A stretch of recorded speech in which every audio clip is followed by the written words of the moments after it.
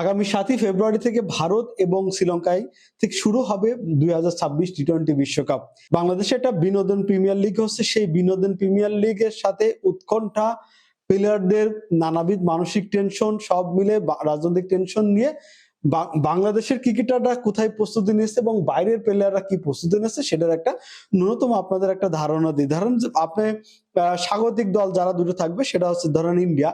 India এই এই বিশ্বকাপের আগে তারা 3টা ওয়ানডে খেলবে এবং 5টা টি-20 খেলবে নিউজিল্যান্ডের সাথে। অর্থাৎ নিউজিল্যান্ড তাদের হোম কন্ডিশনের সাথে মানায় নেওয়ার জন্য এই সিরিজটা খেলবে। তারপরে দ্বিতীয় ওয়েস্ট ইন্ডিজ আফগানিস্তানের সাথে 3টা টি-20 খেলবে। পাকিস্তান শ্রীলঙ্কার সাথে 3টা টি-20 খেলবে। ইংল্যান্ড শ্রীলঙ্কার সাথে 3টা ওয়ানডে এবং 3টা টি-20 খেলবে। দক্ষিণ আফ্রিকা ওয়েস্ট ইন্ডিজের সাথে 3টা টি-20 খেলবে। ইভেন আয়ারল্যান্ড ইতালির সাথে 3টা টি-20 খেলবে এবং আর সংযুক্ত আরব আমিরাতের সাথে 2টা টি-20 খেলবে।